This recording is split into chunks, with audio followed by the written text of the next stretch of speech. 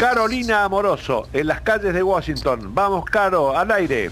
Hola, bueno, claramente las caras aquí son largas. Este es un distrito muy claramente demócrata, ¿no? Repitiendo la misma palabra, pocas cosas se dan con tanta nitidez como las tendencias que se dan en distritos como este, ¿no?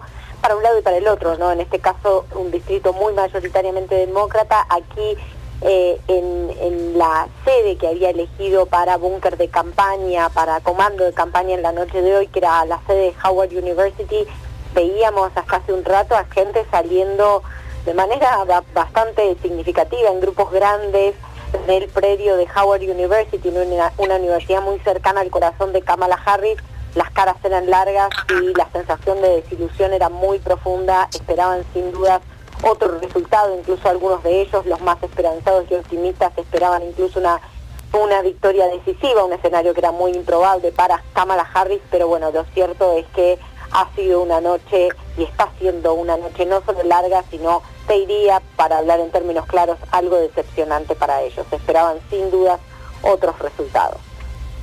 Ha predominado, Carolina, para entrar de alguna manera en el análisis, ha predominado la idea de que los norteamericanos, al menos una mayoría de ellos, privilegia un cambio en la economía, una revisión de lo hecho y lo actuado por el presidente Joe Biden y un regreso, por lo tanto, al punto inicial que había motivado un cambio de gobierno hace 4 años atrás, nada menos que el regreso de Joe Biden, el regreso de Donald Trump.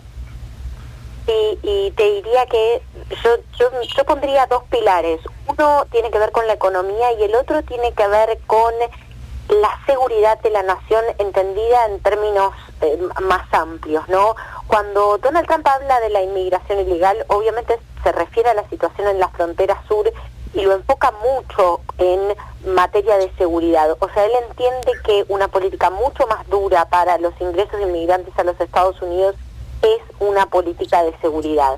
Sumado a eso, muchas personas están leyendo y han leído, al menos esto es lo que iba recabando de los testimonios, incluso, repito, en distritos demócratas, de los testimonios de votantes de Trump, muchos de ellos hombres jóvenes que se han movilizado y mucho.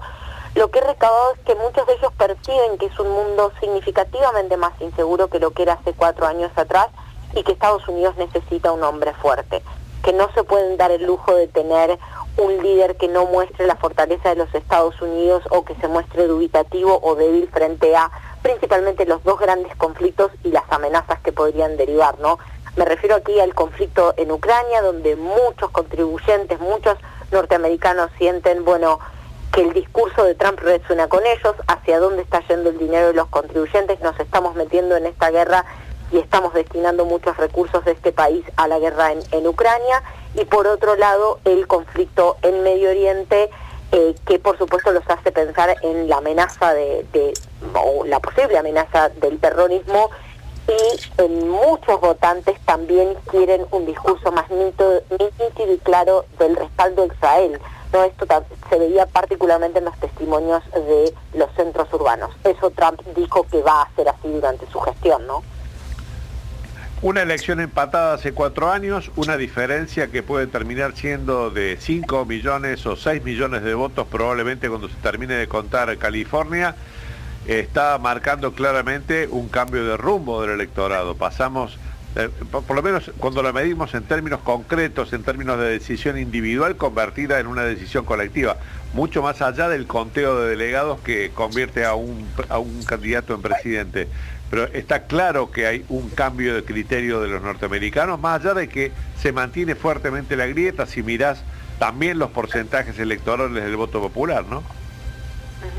Sí, definitivamente se mantiene la grieta, pero bueno, obviamente Donald Trump logró permear en un electorado que era muy abrumadoramente demócrata, al punto tal de que creo que subestimaron el esfuerzo que tenían que hacer para retener ciertos votos. Y acá déjame poner la lupa sobre algunos colectivos específicos, ¿no? Pensemos un poco en este grupo, en este gran grupo movilizado que te decía, hombres jóvenes.